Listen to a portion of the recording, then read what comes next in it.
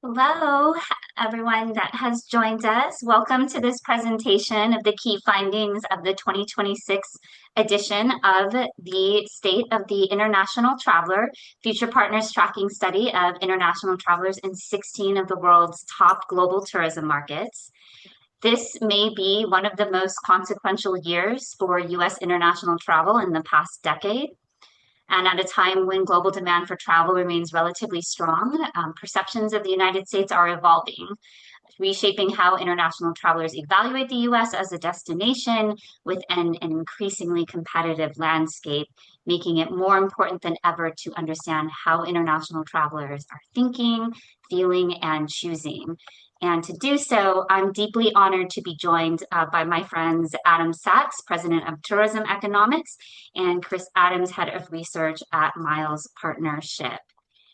And the important insights from the State of the International Traveler Study are brought to you by our devoted team of tourism researchers at Future Partners, who are committed to unlocking you boundless opportunities powered by insight, shaping strategies for all of you tourism leaders that win you hearts, minds, and market share, and bring the future of travel within reach. Today, I'm going to start with findings on global travel sentiment, shifting US perceptions, and upcoming mega events. And then it will be my great pleasure to welcome Adam Sachs, Head of Tourism Economics, to give the international forecast. I'll then come back on and share important travel trends and information relevant to marketing international travelers before then turning it over to Chris Adams at Miles Partnership to moderate a panel with our expert destination leaders who you are seeing on screen now. Chris is going to be joined by Liz Bittner, the President and CEO of Travel South, Brittany Augustine, the Director of Research from the Arizona Office of Tourism, and Peter Gamez, President and CEO of Visit Oakland, home to the great gold medal champion winning Elisa Liu. And anyway, I know I'll speak on behalf of the audience to say that we are thrilled to hear from Liz, Brittany, and Peter later on their perspectives and for them to share their inspiration. Before you drop this particular question in the chat, yes, this deck and the recording will be available on our website, futurepartners.com, later today. I do want to acknowledge that a number of you are joining today representing travel brands and destinations outside of the United States. A very special welcome to all of you from all of us, hosts and panelists today. You will certainly take away a number of actionable insights on the effects of travel sentiment, trip and media consumption trends, but there will be a specific focus on the US. But if you are interested in outbound US travelers, stay tuned for when Future Partners announces the date of the State of the American International Traveler webinar. We will throw the registration link in the chat for you. Before I begin, here's an overview of the methodology used to execute the State of the International Traveler Study. It's an online survey methodology that screens for likely international travel. We collect and analyze over 13,000 completed surveys each year from a random sample of international travelers from each of the 16 top feeder markets to the US across Asia, the South Pacific, Europe, North America, and Latin America. You see the list there on the right of the screen. We've been conducting this study since 2014, so we have a rich historic data set to examine trends. What I'll be sharing with you today comes from what we fielded January 5th through 15th of this year. The full study has extensive details and breakouts by market that will be available fully in March next month. And then we will do an update to the key sentiment metrics and topical issues, which will be available in June. And of course, we are here to help you should you have any questions, so feel free to reach out. What you're going to take away from today's insights from the latest The State of the International Traveler Study is, amidst already challenging global travel sentiment circumstances, international interest in visiting the United States declined sharply this year, with sentiment cooling across nearly every major inbound market as policy shifts and perceptions of political and social instability weigh on travel intent. However, the enduring appeal of the American travel experience and the U.S. continued position as a top desired destination in many markets makes clear that this is not a moment to retreat, but to invest strategically, communicate with intention, and compete even harder for international travelers. All right, since this is a recent trend, let's take a quick look back to 2016. There's some of the Future Partners team with clients back in 2016, but more importantly to what we're talking about today. In 2016, 46.3% of likely or global travelers said they were likely or certain to visit the US in the next 2 years.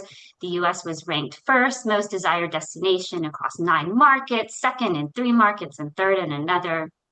And then to a more recent past, global tourism showed its strength in 2025, hitting 1.52 billion arrivals last year. Moving on to the present, let's look at global travel sentiment right now. Global leisure travel intent has softened across markets, while international business travel remains relatively resilient. So you can see on the dark blue on the left part of the chart on your screen, all 16 international markets surveyed reported a decrease in likelihood to travel overseas for leisure in the next year, then overall 74.7% reporting that they are likely to travel abroad for leisure purposes. That's down 11 percentage points from last year. Among the individual markets, highest confidence in international travels in the UK, Germany, India, and Spain. And then if you look at the lighter blue bars on the chart, in contrast, the outlook for international business travel remains relatively healthy, with 63.1% of business travelers expecting to take an international business trip this year. And blending work and leisure remains a primary driver of international business travel. So looking at business travel trends, as you can see on the chart on the left, the opportunity to combine work with leisure travel continues to be the top reason why international business travelers said that they are likely to go overseas for business, really highlighting leisure as a key marketing opportunity for travel brands and destinations. This is followed by 30% saying that a convention or conference would be a driving factor. Travelers' trip volume and spending expectations dropped in 2026, reflecting a period of economic and political upheaval that has disrupted the post-pandemic recovery. The chart you're seeing maps the percent expecting to take more domestic and international trips, as well as spend more on domestic and international travel across all the markets we studied between 2014 to now. And as you can see, if you look over onto the right, after rebounding last year, travel expectations took a downward turn this year, suggesting that global travel sentiment continues to be in flux after the years of relative stability that we had prior to the COVID pandemic. It's a stability that has not yet returned after we saw that initial recovery in the 21 and 2022 era. One positive outcome is that 2026 numbers still outpace the historic lows that we saw in 2024, although just marginally. Amongst this set of metrics, expectations to spend more on international travel in the coming year recorded the largest year-over-year drop, and that's down 5.4 percentage points. International travel as a personal budget priority has also declined. This chart is showing the percent of international travelers rating international leisure travel as a high or extremely high budget priority from 2014 to now. The current ranking of international travel as a budget priority continues to reflect general travel sentiment trends, meaning this year saw an unequivocal reversal of the upswing that was reported in 2025. The share of global travelers who said international travel is a high priority in their budgets dropped back down 8.6 percentage points to exactly where it was in 2024. It's sitting at 39.3%. In the individual markets, only India reported a majority who said international travel would be a high budget priority this year. All other markets decline in prioritization of international travel. Time and budget for international travel has constricted for most markets, though spending projections have grown for China. When asked the number of days they had available for international leisure travel, as shown on the chart on the left, international travelers in South Korea and Japan continue to have the fewest number of days per year available for international travel. On the other side, the Netherlands, Australia, Spain, and the UK are the markets with the greatest number of days available for international travel. And reflecting the general downturn in spending expectations and budget prioritization for international travel, the amount of money they say they have available for international leisure travel has also decreased across all markets, as you can see on the chart on the right there, except for China. So with global sentiment, what it is, let's look at shifting perceptions of the United States and how these may impact the outlook for international visitation this year. The US remains the most top of mind global destination, but amongst a record low share of global travelers. The chart you're seeing on screen is showing the percent of global travelers riding in the United States and its top 4 competitors to an open-ended question that we ask about the international destinations that these travelers most want to visit in the coming year. It's showing you from 2014 to now. The US is that darkest blue bar on top. Again, while it continues to rank first as most mentioned in an unaided format, there's a sharp decrease from 35% writing the US in 2025 to 28.1% in 2026. That's the lowest share on record in the 12 years of this study and the largest drop historically reported for the US in this metric. The top 5 most mentioned international destinations besides the US remain the same: Spain, Italy, France, and Japan. And they ranked in the same order as in 2025. Despite record declines, the US retains its top position in 7 key markets. So the table you're seeing is showing the percent of travelers in each of those markets riding in the United States, and also the US rank and the change year to year. The US was the most mentioned desired international destination for 7 of the 16 markets studied, despite a notable decline overall. That being said, again, for the first time, and since our study was instituted, fewer than half of international travelers from all markets wrote in the US as one of their most desired destinations. Yet, despite these decreases, again, the US remains the most mentioned amongst international travelers in Mexico, Brazil, Japan, Colombia, India, Canada, and China. Notably, despite the largest year-over-year percentage point drops, Canadians were still amongst the most likely to write the US in as a top 3 desired destination over the next year. All right, let's look at a closed list of competitors. So what I was just showing you was an open-ended question. This is a closed list of competitors that we tested the US against our competitive set. The US remains the top desired destination, now tied with Italy, but it has lost significant ground. As shown on the chart on the left, while the US remains a top international destination, its relative position amongst the competitive set of the world's top global destinations has weakened. While the US retains its position as most selected destination amongst this group, the US reported the largest decrease year over year, dropping 10.1 percentage points to just 25.2%. And again, statistically tied with Italy. As you can see on the table on the right, the US continues to perform best with Brazil, Mexico, and Colombia, but it did post decreases. And after a strong start to 2025, interest in visiting the US fell sharply this year, dropping below a majority for 6 markets. It's shown on this chart comparing 2026, the dark blue, to 2025, the light blue. Interest in visiting the US in the next 2 years has taken a sharp negative turn right now, dropping 21 percentage points to 54.2%. It was at 75.3% at the start of 2025. Declines in interest were seen across all 16 markets of study, with the largest decreases reported by the Netherlands, France, Spain, Colombia, and Canada. Even more telling, while in 2025, the majority of all markets reported interest in visiting the US, this year, less than half of visitors from Spain, Canada, France, Germany, Australia, and the Netherlands said they would be interested in visiting the US in the next 2 years.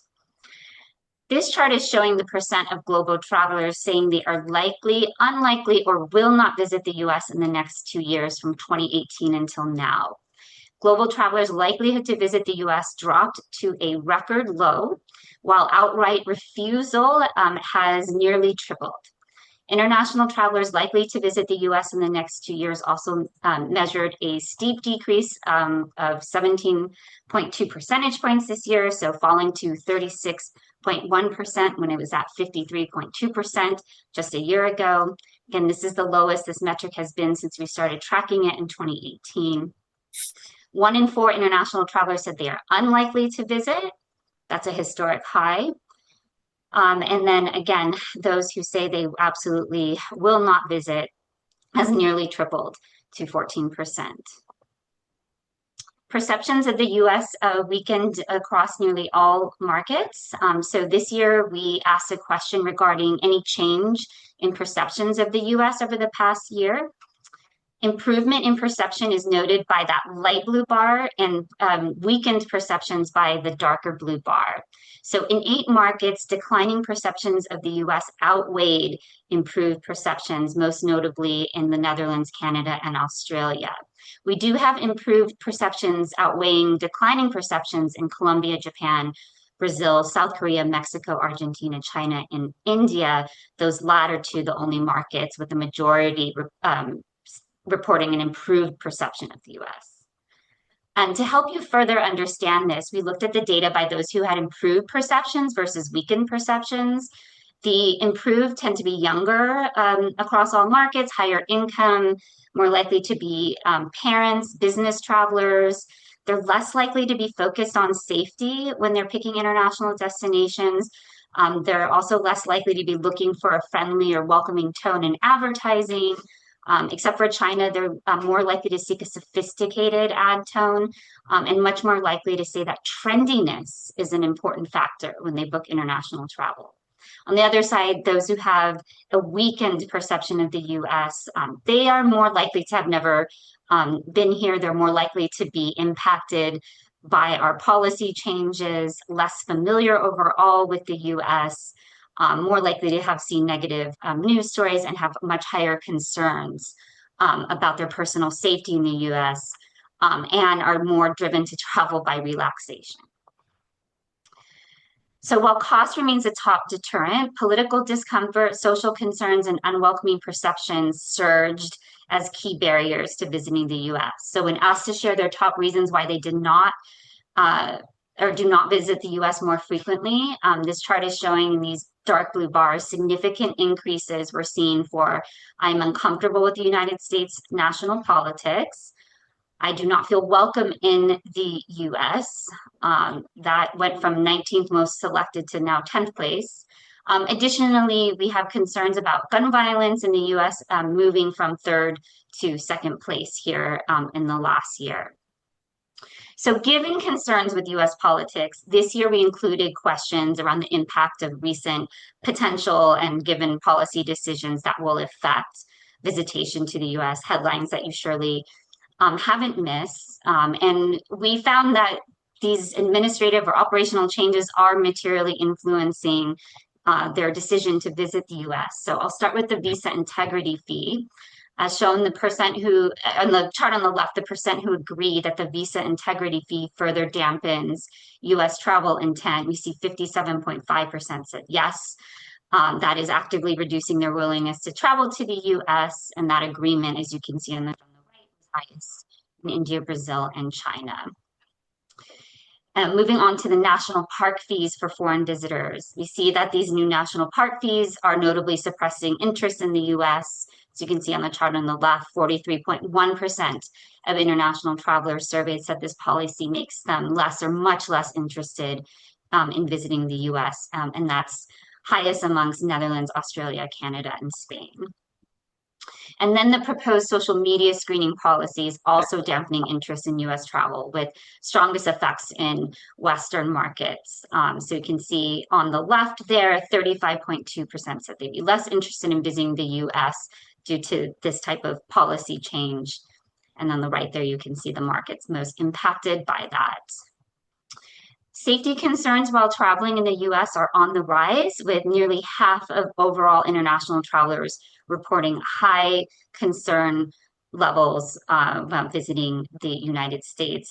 This chart is showing you concern levels on a 0 to 10 scale. In total, all 16 markets studied, 48.8% rated their concern levels a 7 or higher about their personal safety when traveling in the US.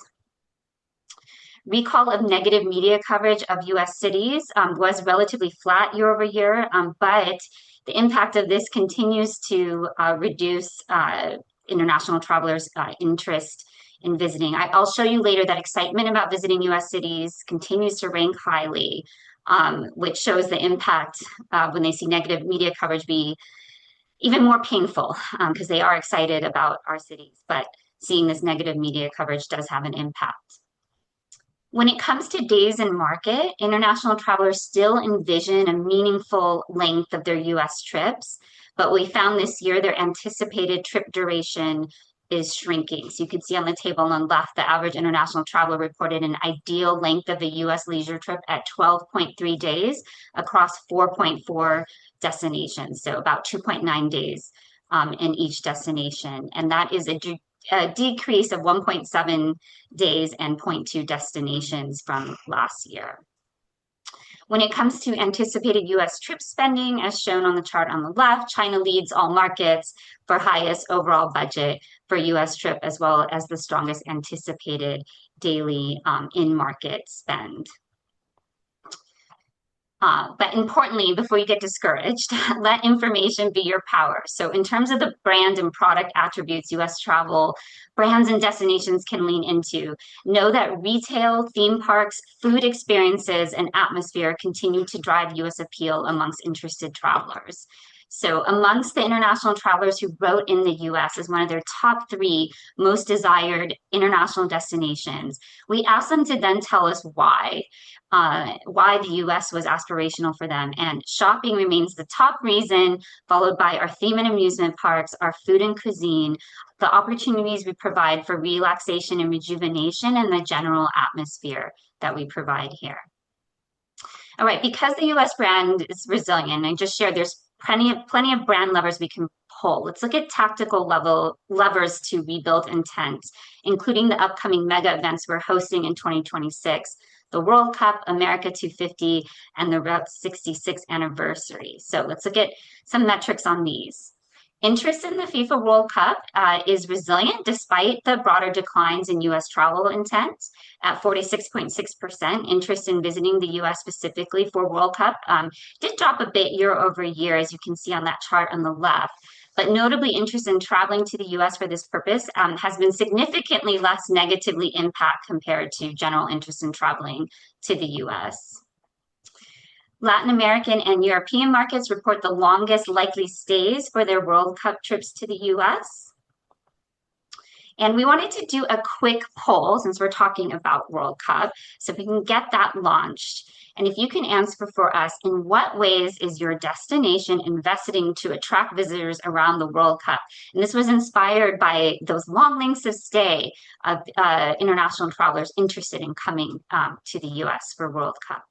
Okay, so while you are answering that poll, and Miha, let me know when you're ready to report out. I'm going to keep moving on so we can get to the rest of our agenda here. Let's look at America 250. So we have low global awareness of America 250. It's at 30.5%, but this signals a real opportunity to build interest. And then interest in traveling to the US specifically for America 250 is mixed, but it has its highest draw in India and China. It is more limited in European and Canadian markets. And then Route 66, this enjoys strong global awareness, especially in Europe, but familiarity with Route 66 is lower in East Asian markets. And travel for Route 66 holds stronger interest in Asian and Latin American markets, but it has a weaker appeal for Europe despite the higher awareness. Miha, how do we do on our poll?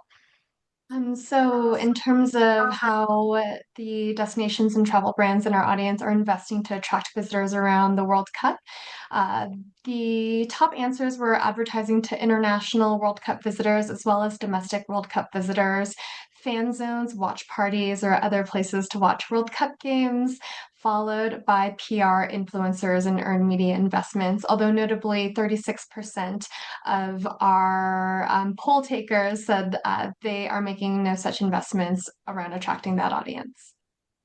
Awesome. Okay, I'll wrap up here with the Olympics and then turn it over to Adam. Unlike the World Cup, interest in visiting right now for 2028 Olympics, it's lagging behind this year. It's just echoing the broader declines in US travel intent. We have 51.4% saying at the start of 2025 that they would wanted to come to the US for the Olympics. That's now dropped to 42.8%. Okay, so while sentiment and perceptions are shifting, evolving, or in flux, a big question for all of us is what this means for actual international travel demand in the months and years ahead. So, to help us understand how these changes translate into forecasts, recovery timelines, and outlooks, I'm going to turn it over to our incredible partner at Tourism Economics, Mr. Adam Sachs. Aaron, thank you. Thanks, everybody. Aaron, that was incredible. So insightful. I felt like, yeah, it should have been part of the State of the Union. Could have taken up some time. It would have been welcome. Anyway, let me give you our view of where we think things are headed, and you're going to see a lot of narrative overlap between what Aaron just shared and what we're seeing right now. Let me give you just a quick statistical overview of where we are. This is what overseas travel to the US looked like in real time over the last, 12, 14 months, including January.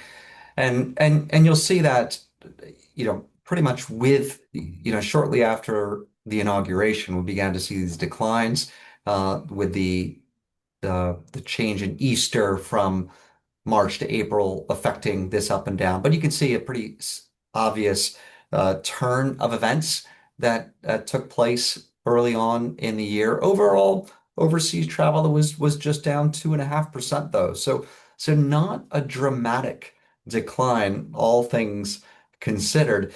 I will say that in February of last year, we did do our best to anticipate what we expected to be a big downward revision in travel to the US. So we had forecast previously about a 9% increase in international travel to the US. You see that 8.8%. That was our forecast in really January 2025. As soon as, to be very candid, as soon as we began to see the formation of divisive policy and rhetoric, and that began to mount on a lot of fronts, right? It was tariffs, it was position on Ukraine, it was rhetoric toward Canada regarding Greenland, and then other things have materialized that Aaron has touched on as well, as far as visa integrity fees. We didn't anticipate the defunding of Brand USA, but let's just say there are a lot of what I would call unforced errors by this administration. Uh, and we saw some of those beginning to materialize. We said, here's how bad things could get if things continue to go in this direction. And we said, we think this year could be about a 5.1% decline. It's coming in around 5.5 now with the latest data. So very, very close to what was really our downside scenario a year ago. What's notable is this has affected hotel performance in the US pretty dramatically. It swung as a result of international from a 1% increase in hotel rooms sold to a 0.5% decline. So that's an appreciable effect on hotel performance that we saw, right? What happened by region? So the biggest declines percentage-wise were Africa and Oceania, Australia, New Zealand. But in terms of volumes, it was Europe and Asia from overseas markets in terms of the volume, both of them declining. So going from recovery mode to contraction mode on overseas. What is interesting though, and I think this ties into what Aaron was saying, is that there are still opportunities in certain markets. So while Germany, Switzerland, Netherlands, France reacted, I think, pretty strongly to national political social events. You've seen strengths from other markets, particularly Israel, Argentina, Taiwan, Japan continuing to rebuild. And so there are areas of strength. We can see the UK really holding its own through this year. And so it's not a complete loss, and there's still opportunities, but we do need to keep in mind, and I think Aaron's data on, where is sentiment the weakest, where have travelers reacted most severely, it can be really instructive as we think about where are those opportunities and where do we want to maybe ride things out a bit. Um, Speaking of which, uh, we've seen falls from Canada like nowhere else, right? So for the year, travel from Canada to the US fell 25.5%. All right. Meanwhile, Canadian travel to the rest of the world increased about 9%. And so we see the reaction here to divisive and derogatory rhetoric, and Canadians have reacted, I think, pretty clearly to that. And one of the interesting dynamics when you think about cross-border travel is that Mexico travel to the US continued to increase in 2025, about 8%. And we're seeing that particularly among high net worth Mexican travelers. But for the first time in a good long while, at least as far as our data goes back here, Mexican travel to the US exceeded Canadian travel to the US. As this year has gone, the US dollar has weakened about 7% relative to the beginning of 2025. And so that is going to be a bit of a tailwind. The dollar is still a bit expensive historically. And so that's going to take the edge off and perhaps, I think, give us a bit of a tailwind moving into 2026. But the big picture is, and I hesitate to be this dramatic, but here we go. Welcome to the lost decade, because we don't expect us to get back to 2019 levels of international travel, indexing here to 100, until 2029. So you don't cross that 100 threshold on the dark blue lines until we get to 2029. So that's a full decade to get back to where we were in 2019. And that is indeed, I think, a story that we need to selectively reference. With that, you won't be surprised that US market share has fallen. And so if you look at just long haul travel, that is people going from region to another region, the US back in 1995 had a share of 19% of global long haul travel. That fell over about 20 years to 2015, fell further to 2025, 8.1%. And so indeed, we have lost competitiveness as a result of some of these external events. Give you just a sense of kind of the global economic environment. We do see GDP continuing to grow globally, just a bit slower in 2026 than in 2025, and then slowing a bit into those outer years of the forecast. But overall, this is an economic environment that should support continued growth in international travel, even with that step down in GDP growth across most major world regions.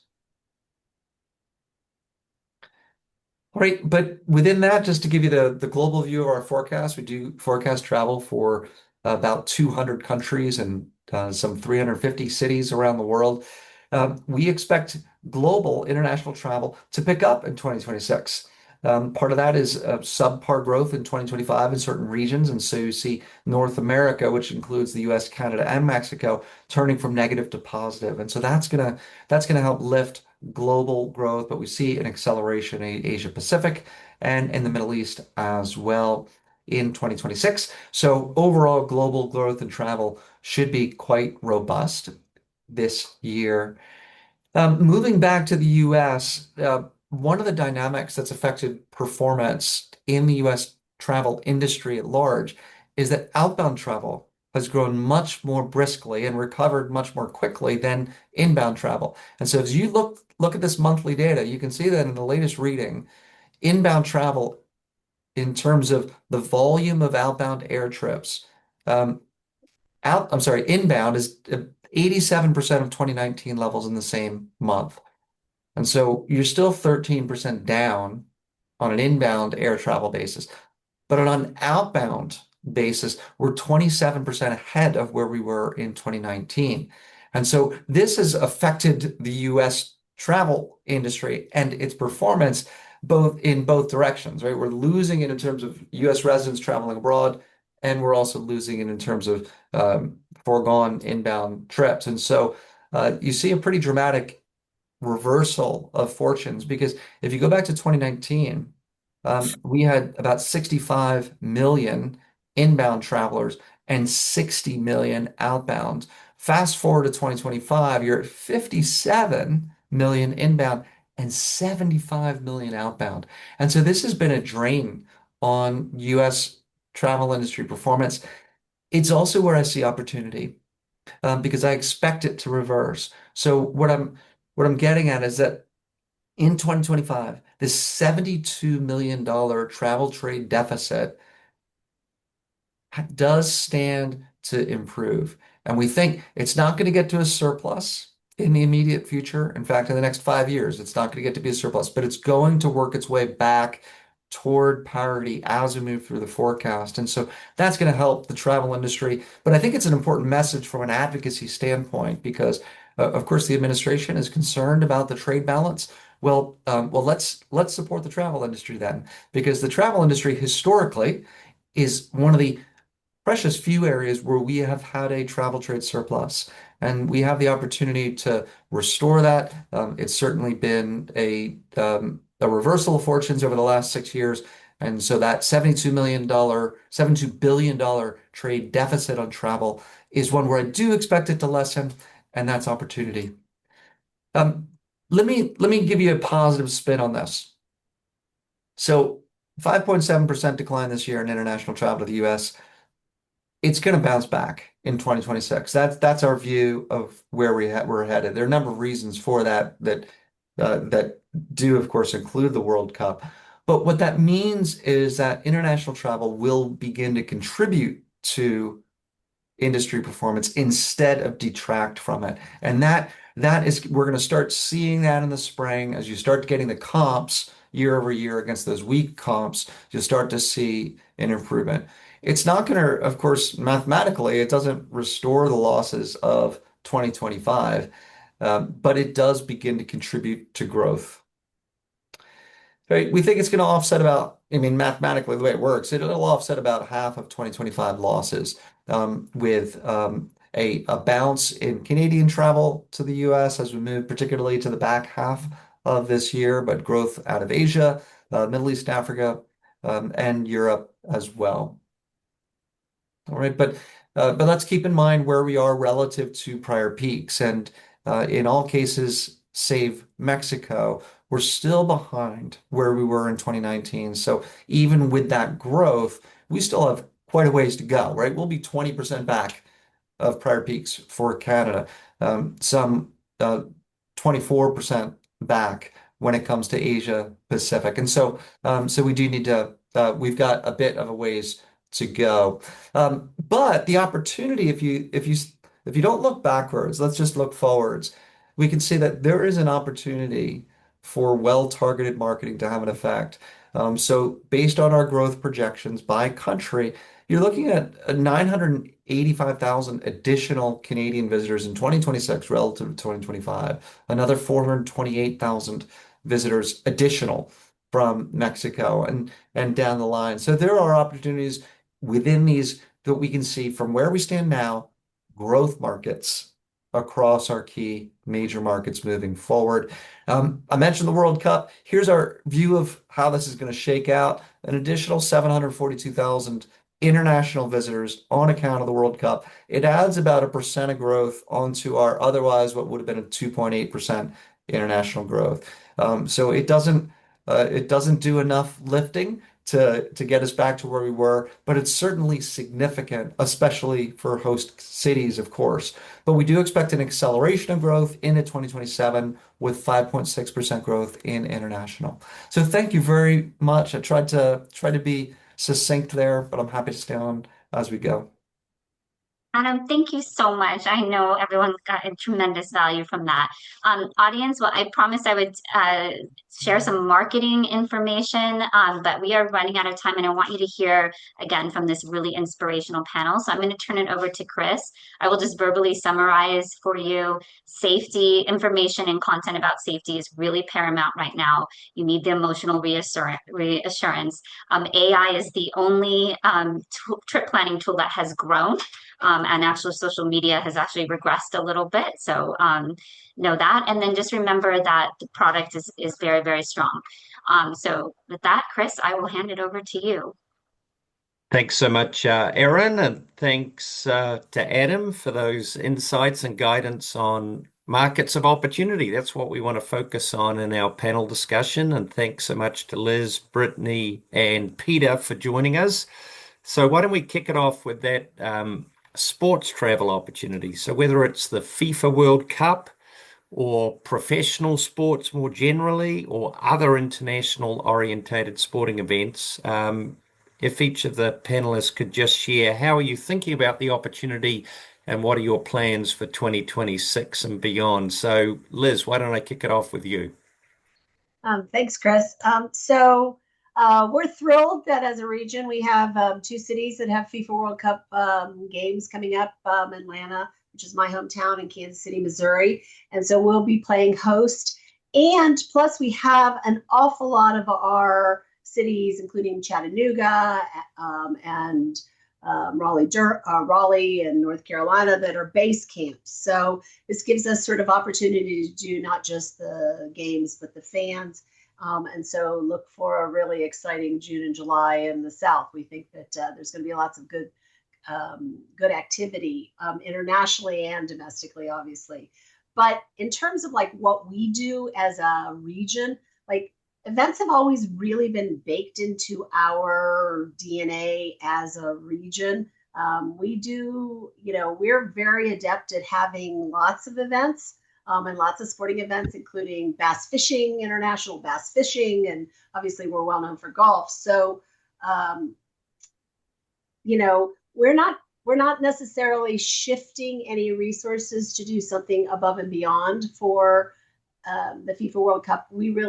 It's part of everything that we do anyway. It's a good reason to come and visit the southern part of the United States. And of course, we invite everybody to come in the fall because we understand football probably better than anybody on the planet. And so whether you're an SEC or ACC or a professional football fan, like we have a lot of that, and we do really great parties and fan fests.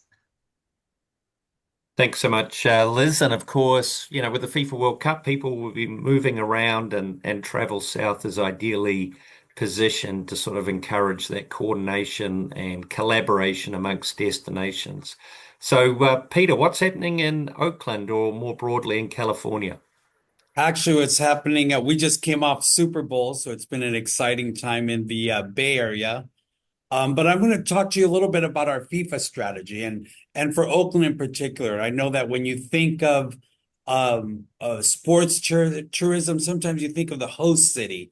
I'm going to argue a little bit and tell you what Oakland's doing to win our position in our cultural, using culture in our hospitality anchor for this region. So with FIFA World Cup, we're going to think of three strategies that we're doing. Our first one's going to be a base camp strategy. And I don't mean a base camp, although we're thrilled the Australians have chosen Oakland to make their team the base camp here in Oakland, California. But we're talking about really a base camp as a location for the San Francisco Bay Area. We have an international airport that connects you to all the Bay Area cities. And we're kind of creating more of a stay here, experience more option, really using kind of a cultural overlay, using our second strategy being culture, which is our arts and culture, our Black cultural heritage, and our culinary innovation.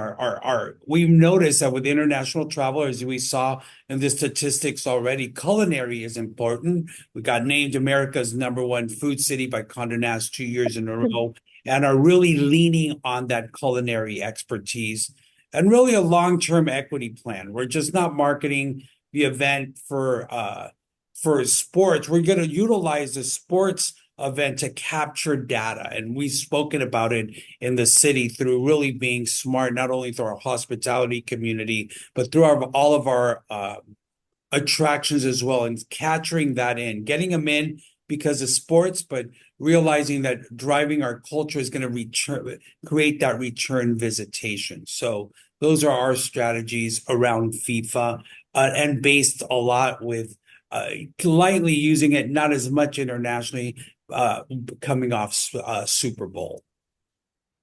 Thanks, Peter. Brittany, perhaps you want to talk more broadly about sports with international appeal. So how is Arizona thinking about sporting events from an international marketing perspective over the next few years?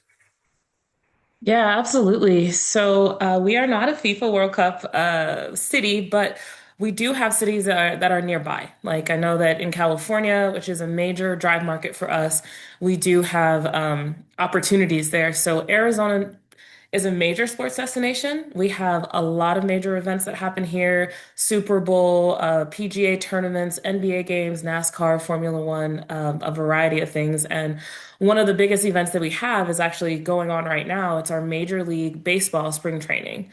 And these major competitions attract a lot of domestic and international visitors. And I'm actually going to have you play a video here to kind of show you what we're doing with our spring training. Meet me after the ball game. Take me out on the town. Treat me to sunshine and midday naps. Love it so much I can't wait to come back. We can hike the trails and the mountains, as long as we make our tea times. Stay for fun, son. It's all a home run visit Arizona.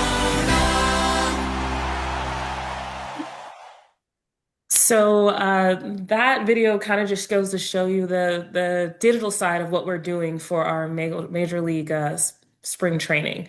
We promote these events in a variety of ways, like what we just saw, the digital advertising side, but we also do event booths. So like next week, I will be out at one of the spring training games and we have a booth set up, and that's kind of an opportunity for us to engage with visitors on the ground.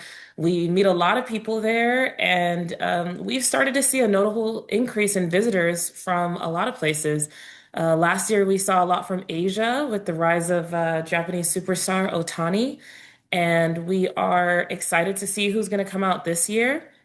But that video really just kind of goes into, we want visitors to come out for these major league events, but we also want them to do different things like go out and on the town, maybe go fishing and do all of the other things that Arizona has to offer. So we encourage you guys that if you are interested in coming out here, this is a great time. The weather's beautiful and there's a lot of fun things to do.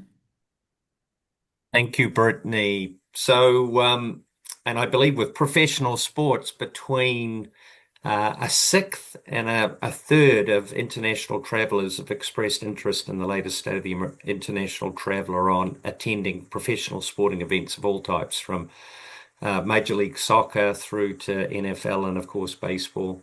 So let's very quickly rapid fire markets of opportunity. So what is one or two things you're thinking about in some of these potential growth markets that both Erin and Adam highlighted? So again, Liz, coming back to you. So we're fairly pragmatic, and we believe international continues to have very, very good opportunity, but we're not going to chase the shiny new thing. 60% of our inbound international visitors and spend come from Canada and Western Europe.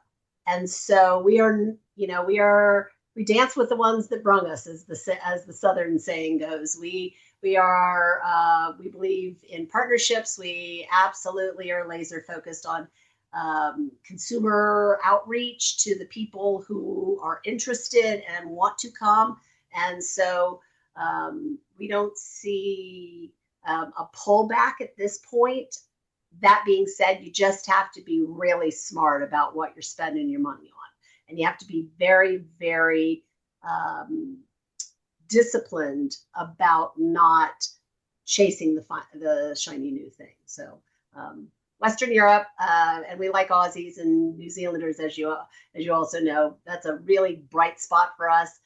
They come, they stay a long time. They're willing to drive around the South and visit our cool things to do and eat beignets and hot chicken, and we lean into our culinary. We have a lot of new Michelin restaurants, 228 in the region. So we're pretty excited about international, and I understand all the noise. We're just going to put our heads down and work. So, Peter, what are you thinking about in terms of growth markets? Growth markets for sure. But before I answer that, Brittany, I will be in Arizona next week cheering on the San Francisco Giants. So I'm excited to be at your spring training. That video motivated me even more. So that's great. Growth opportunities, or really the market of opportunities for us, Chris, is we're going to lean into our airlift, and our airlift is Mexico. We have the most amount of flights directly from Mexico into Northern California, and that's our biggest opportunity. And really, it's going to be a road trip strategy anchoring on our culinary and our urban cultural stops. But really, where we're located in California, it's kind of the perfect anchor to not only see San Francisco, but you're going up to Napa and Sonoma and really embodying everything in the Bay Area. Very good. And Brittany, Arizona's strategy in some of these growth markets. So we've done some research so far just to, see what our target markets are looking for, and we've got some good opportunities coming up. So the 100th anniversary of Route 66 is actually this April and pretty much all year. So we've invested in efforts to attract visitors to kind of experience this iconic piece of American history. We've learned that international travelers are drawn to Arizona's Old West culture and heritage. And so we kind of are trying to invest in giving them the opportunity to experience it. And we've also kind of pivoted to the business and tourism sectors and how they cross over. So we have a Taiwanese trip company, TSMC, building a major trip factory in Arizona, and Starlux Airlines launching a direct route between Phoenix and Taiwan, which is the first time we've ever had that. So we're anticipating this increased visitation and trying to prioritize these efforts to better understand how we can engage with these, people coming in for this iconic event of Route 66, 100 years, and then also this new business opportunity we have going on. Yes, and I would flag business travel across the US is expected to be, robust.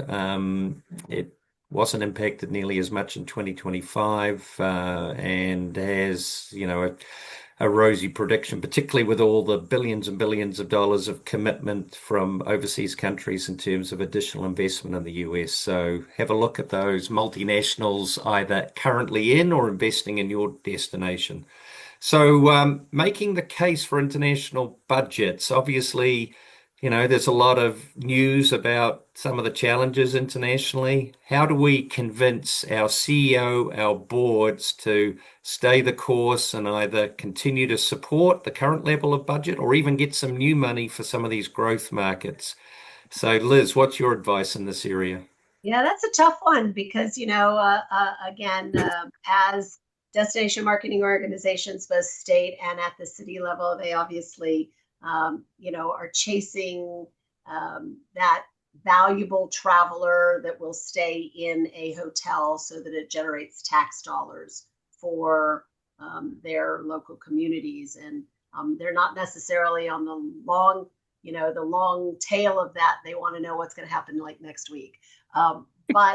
And so I could quote all of those great stats that everybody on this panel probably and on the call knows. If you leave, it's going to cost you twice, 4 times, 5 times more, and you lose a decade.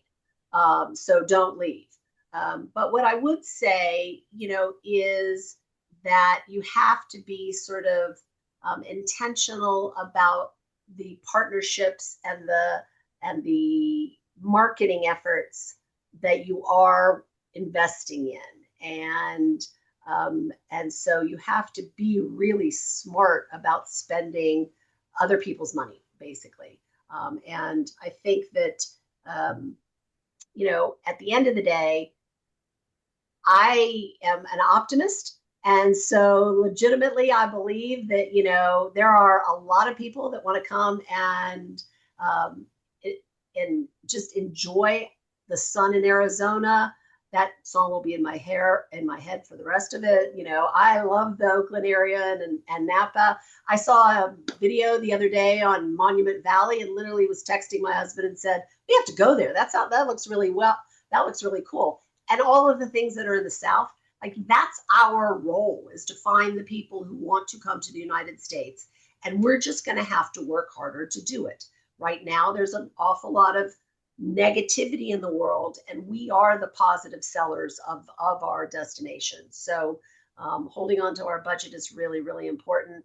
And you're not going to do that if you're not at the table. So, I think that's probably the takeaway from this is you have to just continue to advocate and be at the table. And if that means bringing along clients with you so that they tell your story, that's even better.